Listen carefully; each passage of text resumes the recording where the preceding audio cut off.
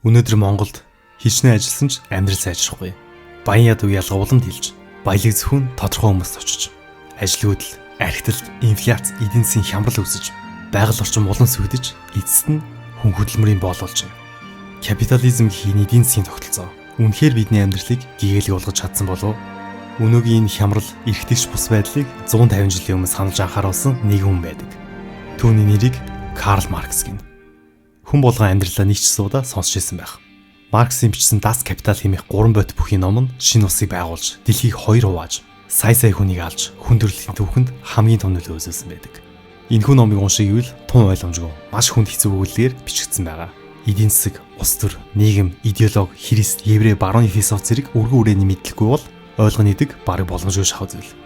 Гэхдээ гадны мэдээ, судалгааны ажил болгон дээр түүний нэр бичсэн номоос иш татсан байдаг. Агуулгыг нь ерөнхийдөө мэдэж байхад өнөөгийн нийгмийг харах таны үнцэг илүү хурц болно гэдэгт итгэлтэй байна.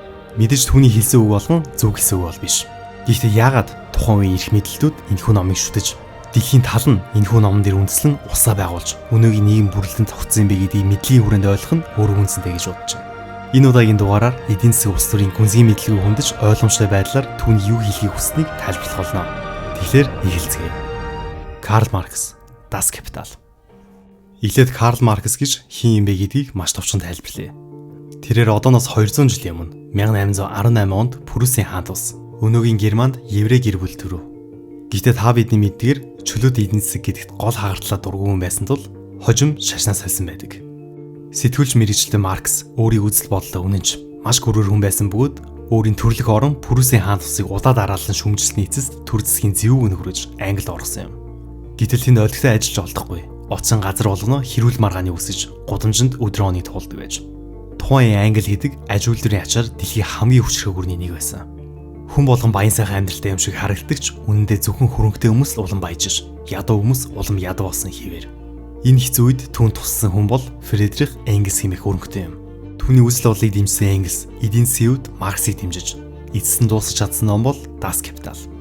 Эхэн дэлсний дагуу Капитал нийт 3 боттойч үүний эхний 1 ботыг Маркс өөрөө бичиж, үлдсэн 2 ботыг Энгельс бичсэн байдаг. Энэ удаагийн дугаараар Маркс өөрийн бичсэн 1-р боттоор үндэслэн ярих болно. 1-р бот инхүү эхэлдэг.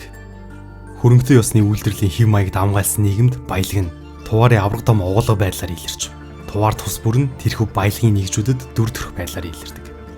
Тийм учраас бидний ажилтнууд туваарыг задлан шинжилгээс эхэлнэ. За ер нь бол маш ойлгомжтой бичигдсэн байгааз. Туваар гэдэг нь эдийн засгийн нэршлэр бараа бүтээгдэхүүнийг хэлдэг. Хөрөнгөтэй ёсны үйлдвэрлэл буюу капитализмд ор бүхий л зүйлс бүтээгдэхүүн болсон гэсэн үг. Энэ нь зөвхөн хоол хүнс, байр машиныг заасан юм бол биш. Нэр хүнд, эрх мэдэл, хайр, хөдөлмөр гэх мэт бүхий л зүйлс худалдаж болох бүтээгдэхүүн гэж байгаа юм. Хэрэг бүхий л зүйлс бүтээгдэхүүн бол яагаад бүтээгдэхүүн болсон бэ гэдгийг судлая гэдэг нь Марксийн Капитал юм. Жишээлбэл Намиб гэх оронд ховор амтан болох хар хэрсийг жилд 5 толгой агнах эрхийг усаас нь бүтээгдэхүүн болгож худалдаалдаг. Бас нэгэн жишээ татвал амь насны даатгал гэж өөрийн амь насаа бүтээгдэхүүн болгож худалдаж байгаагийн хэлбэр мөн биз. Бидний амийн хэрэгцээ болох улсч төр бүтээгдэхүүн болж ямар ч мөнгөгүй нэвд хомсцсон бараа болно. Тэгвэл энэ бүтээгдэхүүний үндэс нь юу юм бэ гэвэл та бидний хөдөлмөр юм. Ашигт малбал ухадж, ресторанд гоё хоол идэж, байр худалдаж авахдаж бүгд заавал ямар нэгэн байдлаар үүний ард хүний хөдөлмөр орсон байдаг. Тухайн бараа бүтээгдэхүүнд хичнээн их хэмжээний, хичнээн их цагийн хөдөлмөр орсон байгаагаар үнцийг тогтоогдох ёстой гэсэн үг. Энэ бүтээгдэхүүн нь урьд өмнө солилцоо буюу бартер гэдэг зүйлээр явагддаг байсан бол мөнгөнд тэмдэгддэг маш амар хэрэгслээр солигдох болсон. Хамгийн чухал зүйл нь мөнгөнд тэмдэгдэд дан ганц солилцооны үрээс гадна мөнгөнд тэмдэгт өөрөө хуримтлагдаж ирэхээр капитал буюу хөрөнгө болдог. Энэ хөрөнгө нь асуудал юм биш үү гэж Маркс үзсэн юм. Маш энгийн жишээ авъя. 20,000 төгрөгөөр хонимах аваад хуушур игээд 50,000 төгрөгөөр зарвал 30,000 төгрөг илүү гарна. Энэ 30,000 төгрөгөөр дахиад мах аваад хуушур зарвал одоо 45,000 төгрөг илүү гарна. Энэ процессыг үргэлжлүүлж чадвал эцэст нь хөрөнгөтэй төрдөг. За юу ойлгомжтой юм яриад байгаа юм бэ гэж бодож магадгүй ч энэ хуушур нь хүн болж байгаа нь асуудал юм. Түрүүн хэлсний дагуу капитализмдор бүхий л зүйлс бүтээгдэхүүн. Хөдөлмөр буюу хүн өөрөө ч бас үүнд хамаарагдана. Хөрөнгөний үед сая төгрөгийн цалингаар хөдөлмөр буюу бараа татаад 2 сая төгрөг олох хөдөлмөр хийлгэнэ. Ингээд илүү гарах сая төгрөг нь хөрөнгөтөн өөрийн капитал болох юм. Үүнийг Маркс хөрөнгөтэй ёсны үйлдвэрлэл гэж нэрлсэн байдаг. Хүний хөдөлмөр юугаар илэрдэг юм бэ гэвэл хамгийн суурь нэгж бол цаг хугацаа юм. Капитализм бол чөлөөт зах зээл. Чөлөөт зах зээл бол тэр чигтээ өрсөлдөөн. Хөрөнгөнүүд өөрийн ашиг хамгаалахын тулд энэхүү өрсөлдөөнд ялах хэрэгтэй. Өрсөлдөөнд ялахын тулд Тэдний хийж болох хамгийн энгийн бөгөөд зоолтой ажиллагаа арга нь хөдөлмөрийн цагийг нэмэгдүүлэх юм. Ингээд олон цагаар хөдөлмөрлөг болсон ажилчид сурч хөгжиж боловсрох цаг олдохгүй. Харин өрсөлдөөнд ялсан хөрөнгөтөн улам их хөдөлмөрлөг хүч авч ашгаа нэмэгдүүлнэ. Тэгвэл өнөөдөр бидний авдаг цалин гэж яг юу юм бэ гэвэл хөдөлмөрийн дахин сэргээгдэх зардал юм. Ажлын 8 цаг, азгүй бол 12 цаг ажиллаад хинч бай мэдээж ядарна. Тэгэд гэртээ хараад хоолундаа идээд унтаад маргааш нь ирээд ажиллах хүртэлх зардал юм. Өөрөөр хэлбэл ажилчин таны ядарсан бие сэтгэл санааг зарцуулах цаг болно зардлын өвч буй хэлбэр нь цалин юм. Энэ бүхний эцэст баян ядуугийн тэлэлт улам хурдсаж, цөөн тооны хөрөнгөтнөд баялаг дангаараа эзэмшиж, хөдөлмөр эрхлэгчид боол болно гэдэг нь Марксийн онол юм. Саяхан нийтлэгдсэн 21-р зууны капитал эдийн засгийн номон дээр ч тухайн улсын эдийн засгийн өсөлтөөс илүү хөрөнгөний хөрөнгийн өсөлт нь хамаагүй өндөр байгааг бас нэг судалгаа нь олсон байдаг. Бодитоор өнөөдөр дэлхийн хамгийн баян 1% хүмүүсийн нийт хөрөнгө нь үлдсэн 99%-аас их байгаа. Манай улсын хувьд ч надаар хэлүүлэхгүй та бүхэн мэдж байгаах. Марксийн нөхцөл байдлыг 150 жилийн өмнө таамаглаж чадсан юм. Энэ байдлаас гарахын тулд бид нар өөрсдөө хөрөнгө оруулагч болох ёстой. Харамсалтай нь энэ үед хөрөнгө оруулалтын ойлголт хөгжөөгүй байсан тул мэдээж капитал номонд дуртаагүй байгаа. Хэрвээ та хөрөнгө оруулалт хийхийг хүсдэг, сонирхдаг бол яг тань таарсан маш гоё арга хэмжээ удахгүй болох гэж байгаа. Миний би ч гэсэн өөрөө хостоор оролцоолно. 4-р сарын 23-ны Бям гарагт Шангрила зочд буудал дээр хамгийн том хөрөнгө оруулалтын экспо зохион байгуулагдана. Мэдээж хүн болгон оролцох боломжтой.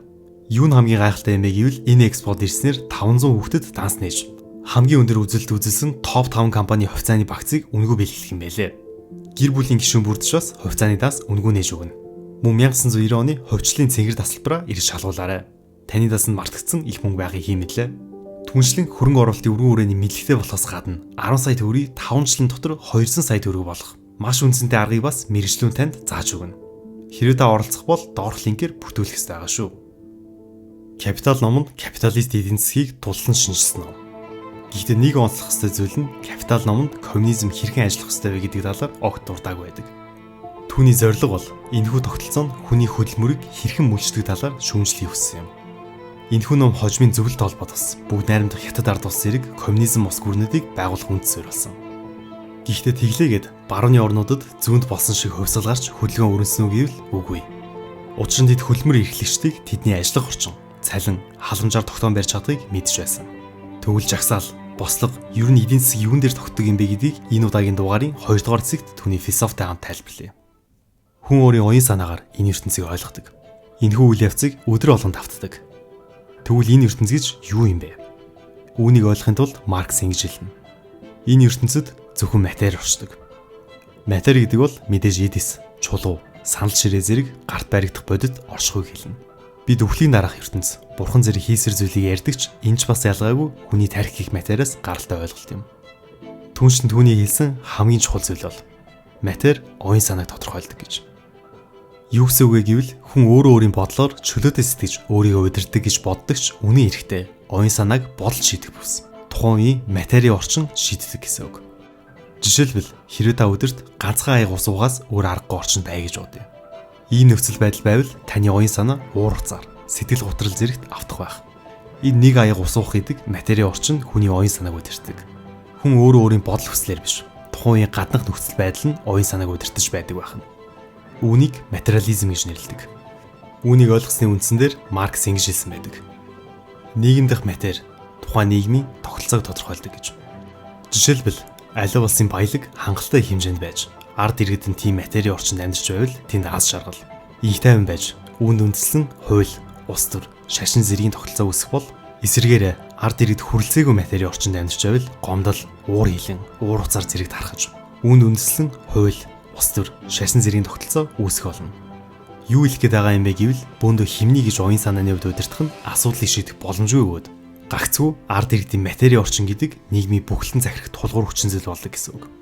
Түнчлэн Маркс ингэж хэлсэн байдаг. Хөрөнгөтнүүд бидний оюун санааг удирддаг гэж. Хөрөнгөтөн гэдэг нь тухайн нийгэм дэх материйг захирах хэрэгтэй хүмүүс гэсэн үг. Матери оюун санааг тодорхойлдог бол тухайн материйг удирдах боломжтой хүмүүс нийгэм дэх материйн орчныг хэрхэн удирдах нь ард иргэдийн оюун санаанд хүчтэй нөлөөлдөг юм. Арчилсан улс гэдэг өөрийн хүслээр нэр дэвшигчтэй санал өгөх системч гэсэн энэ оюун санаанд эцсийн эсэст матери нөлөөлдөг тул хэн үнийг эзэмшдэг тэр ялдаг тийм систем гэж шүүмжилсэн. Энэ ч бас өнөөдрийн Монгол гэж хэлэхэд илүүдэхгүй байх. Үргэлжлүүлээд нийгэм дэх матери болон оюун санаа явандаа зөрчилдөөний үүсгдэг гэж. Мэдээж материйн орчин байнга нэг юм байх боломжгүй. Энэ үргэлж тасралтын өөрчлөгдөж байдаг. Хоол хүнс, эрүүл мэнд, боловсрол зэрэг бүтээгдэхүүн хангалттай их хүртээмжтэй байвал хүмүүсийн оюун санаа өөдрөг байх боловч эдгээр амьдрал зайлшгүй хэрэгцээтэй зүйлс хүрэлцэхгүй бол сэтгэл дундуур болж зөрчилдөөн үүснэ. Эцэст нь Маркс ингэж хэлсэн байдаг. Зөрчилдөөн донд хувьсгал үүсч, хувьсгалаар нийгэм хөгждөг гэж. Хувьсгал гэдэг нь дайн зэрэг төрөл бүрийн хэлбэрээр илэрч болох бөгөөд үүгээр урдны болохгүй бүтэхгүй дэглэм нурж шин тогтолцоо үүсдэг. Хүн төрөлхтний түүхэн дэх бүхий л зөрчилдөөн шашны ялгаанаас, идеологийн ялгаанаас, фашизм, үндэстэн хоорондын ялгаанаас үүдсэн зэрэгээр яригддагч. Энэ нь зүгээр л дайн хийх шалтгаан болдог болохоос биш энэ асуудлын үндсэн зангилаа нь хоол хүрлцэхгүй зэрэг матери орчин хямралаас болдог. Гэхдээ сайн ч бай муу ч бай энэ хувьсгал нь түүхийг урагшлуулдаг. За энэ хүрээд энэ удаагийн дугаараа өндөрлөё. Бидний амьдарч буй нийгэм үргэлж хувьсаж өөрчлөгдөх ёстой байдаг. Хөрөнгөнүүдийн хөдөлмөрийн мүлжлэг хүмүүсийн амьдрах орчинд нөлөөлж, оюун санааг дороодуулах болсноор нэг л өдөр нийгэм тесэрдэг. Марксийн онолоор бол капитализм гэдэг урт хугацаанд үргэлжлэх боломжтой тогтолцоо гэж үзсэн. Гэхдээ түүний буруу байсан. Европын орнууд ард иргэдэд тэдний хөдөлмөрийг, төсн татварыг эргээгээ цэцэрлэх сургууль, боловсрол, үнийн бодлого, шударга улс төрийг тогтоож аж амьдрах орчныг сайжруулах замаар өнөө хүртэл хөгжиж иржээ. Түүний номыг яаж дүгнэхээ гэдгийг танд үлдээе. Өөрийн үзэл бодлоо комент хэсгээр үлдээгээрэй. Капитал номонд маш гүн үзгийн нүсэр ном бөгөөд энэ удаагийн дугаараар үнэхээр багахан хэсгийг л ярьж чадлаа. Таалагдсан бол дахиж ийм нийгмийн талаарх дугаар гарах болно. Дараагийн дугаараар уулзцай. Баярлалаа. Баяртай.